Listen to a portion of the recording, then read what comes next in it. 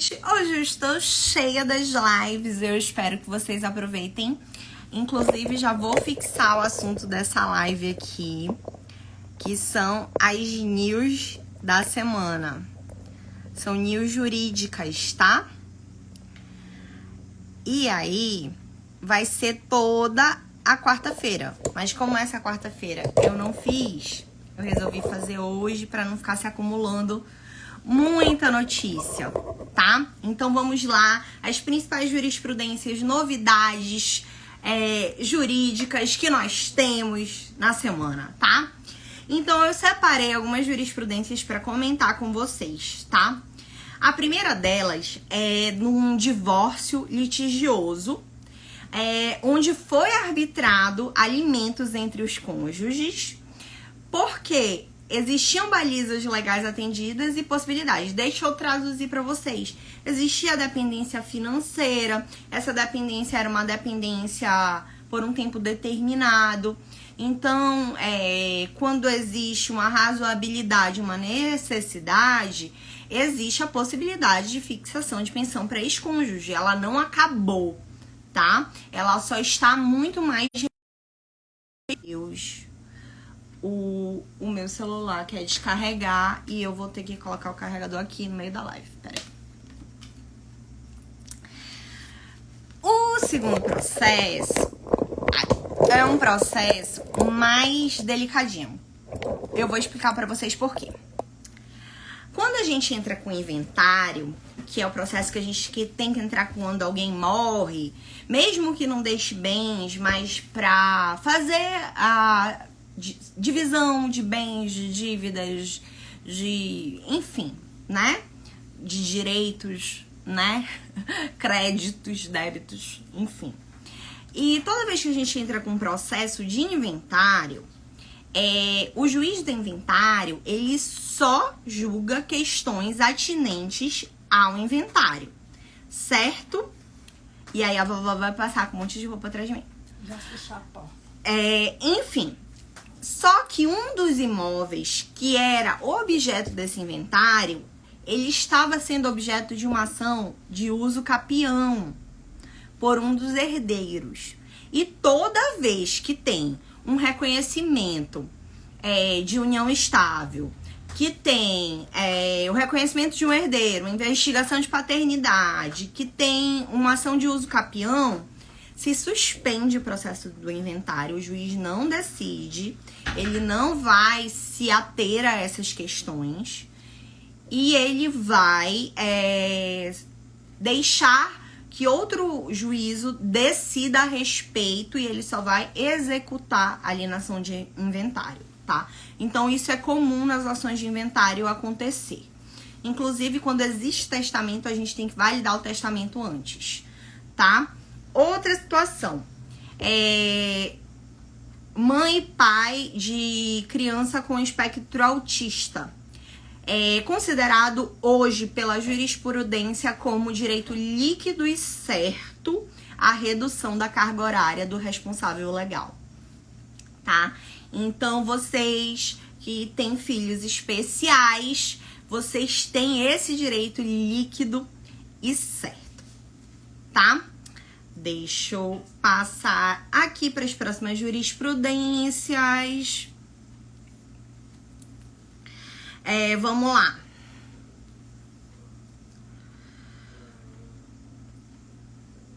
Cadê? Assim, vamos dizer que eu faleça sem deixar bens nenhum, né?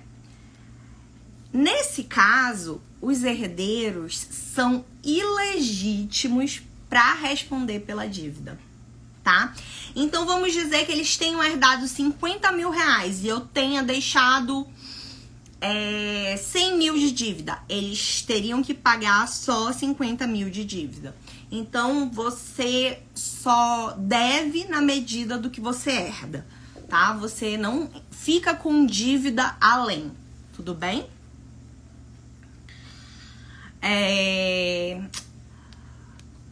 Não quero falar sobre a questão de testamentos agora. Gente, eu tô fazendo, inclusive, um curso sobre testamentos, viu?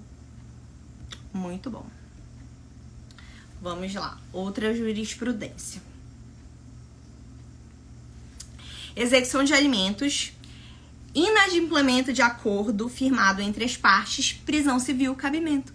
Simples. O genitor que não paga a pensão, ele é preso. Essa é a minha opinião. Gente, não existe. Sabe por quê? Porque a criança pode morrer de fome. Vocês têm noção disso? É uma questão de vida ou morte. Aquela pessoa está deixando sua prole à míngua, entendeu? Por uma questão de responsabilidade. Então, meu posicionamento é esse mesmo. Tem que ser preso mesmo.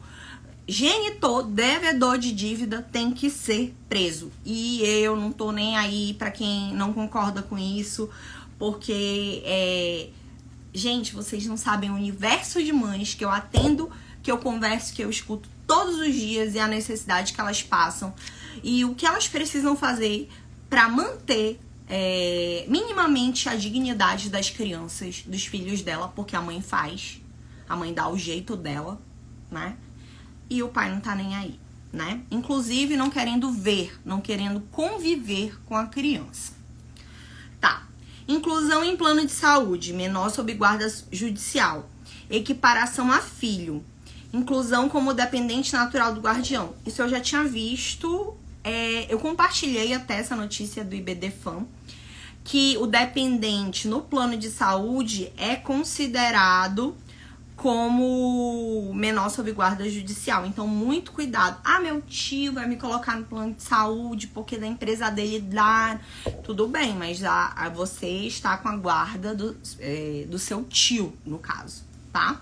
Então, tem que ter muita atenção sobre isso. Inclusive, saiu um enunciado do IBDFAM sobre isso que eu compartilhei nos meus stories. Cadê? Casamento sob regime de separação total de bens. Pacto antinupcial, partilha, esforço comum, comprovação, ausência. Então, nesse casamento, que era a separação total de bens, né? É incabível a divisão do patrimônio das partes, né? Até porque não ficou comprovado o esforço comum na construção desse patrimônio. Então, mantém cada um com seu cada qual, uns com tudo, outros com nada, tá? Pensão por morte, filho maior inválido. Cumulação de pensão por morte de ambos os genitores, possibilidade.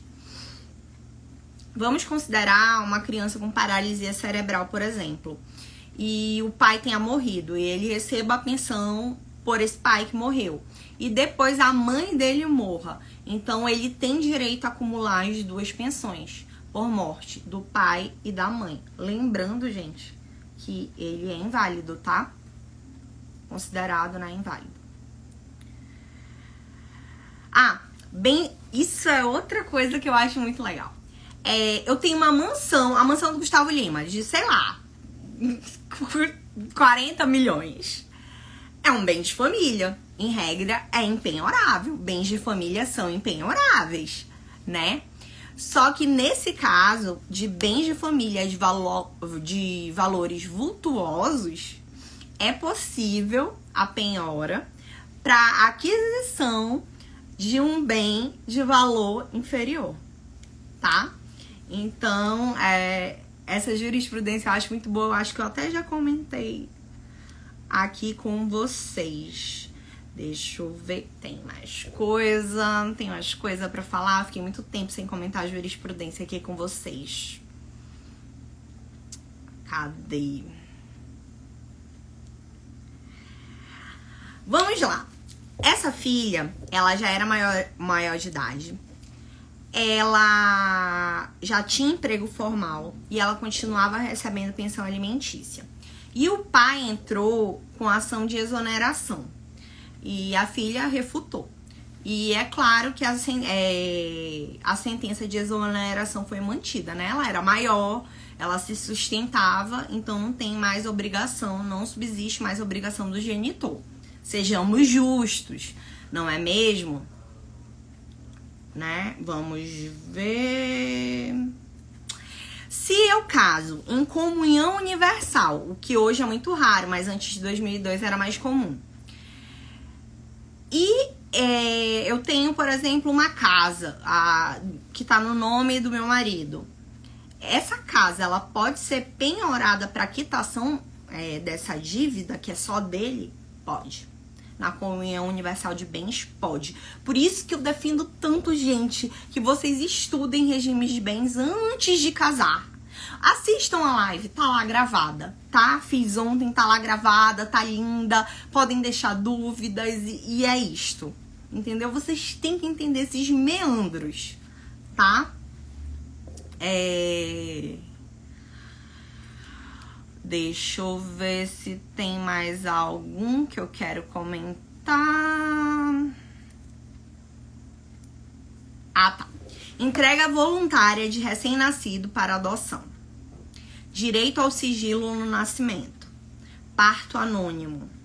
Busca pela família extensa. Proteção integral da criança. Ou seja, se antes de optar por uma família substituta, que é aquela que está na lista, né? É interessante pesquisar se dentro da família natural tem alguém interessado em adotar essa criança, tá?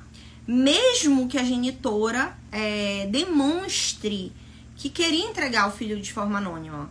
Porque se for para algum parente dela, ela vai acabar tendo algum vínculo, né?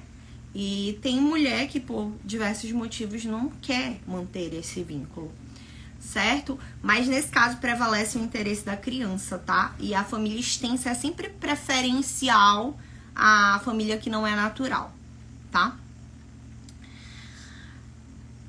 Cadê?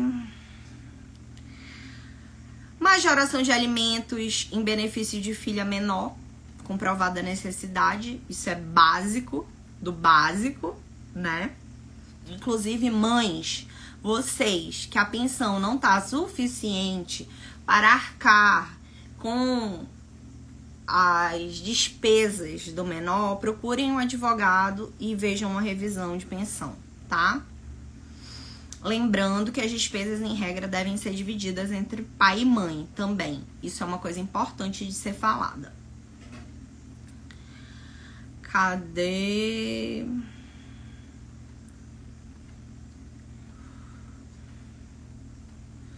Alimentos avoengos. Quando são devidos? Quando os pais não podem pagar ou quando os pais estão mortos. É possível exoneração do pagamento desses alimentos avoengos pelos avós? Sim, mas é uma coisa excepcional. Nesse caso em específico, nessa jurisprudência, o avô tinha 81 anos e o rapaz beneficiário da pensão tinha 19. Então, entendeu-se que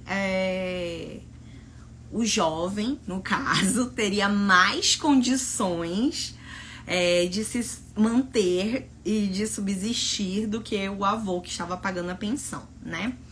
Dia 14 de agosto foi Dia Nacional de Conscientização sobre a Paternidade Responsável, coisa que eu defendo muito, é um dia incrível pra mim, né? É um dia para conscientizar a respeito dos direitos e deveres e obrigações morais, materiais, sociais, afetivas, dos vínculos tanto maternos quanto paternos, tá? Outra coisa que aconteceu recentemente foram os 3 anos da LGPD, que é a Lei Geral de Proteção de Dados. Já estão começando a ser aplicadas as sanções. E é muito importante que todo mundo, principalmente quem trabalha com escritório jurídico, tenha a mínima noção sobre a LGPD. Porque a LGPD, ela incide inclusive sobre os dados dos nossos clientes, que são dados sensíveis. E a gente tem que ter um tratamento especial desses dados, sob pena de vazamento de dados e responsabilização, fora que acaba a sua carreira, né? Então, a gente tem que pensar e estudar sobre isso. Aliás, LGPD, para quem está se formando e tudo, é uma ótima área, porque várias empresas precisam de LGPD de implementar sistemas de LGPD, de Lei Geral de Proteção de Segurança de Dados. Precisam criar tratamentos desses dados, precisam criar sistemas de segurança. Então é uma ótima área para se especializar. Para quem tá começando agora, eu sei que muita gente que me segue tá começando agora, tá? Vamos ver. O Faxin solicitou a manifestação do Conselho Federal de Medicina sobre garantia de aborto em hipóteses previstas na lei, que é no caso de anencefalia, tá? Gente, eu não tenho opinião formada sobre o aborto ainda, mas no caso de fetos anencéfalos, se a mãe quiser, eu sou favorável, tá? Eu acho que é uma coisa muito particular, né? Vamos ver se tem mais alguma coisa. É isto. Deixa eu ver se eu quero comentar mais alguma coisa. Não. Os comentários dessa semana eram esses. Gente, desculpa pela demora. Foi porque realmente acumulou muita jurisprudência, mas quarta-feira que vem eu prometo que vai ser mais rápido, mais prático e mais direto ao ponto. E eu também gostaria muito que vocês comentassem, que a gente desenvolvesse uma conversa aqui. Fernanda, te amo, bora tocar nosso projeto, tá? Pra gente desenvolver essa conversa aqui, que é sempre um papo produtivo, um papo enriquecedor. E eu sempre gosto de ouvir vocês, tá? Parece que eu não tô falando sozinha. Beijos e até semana que vem.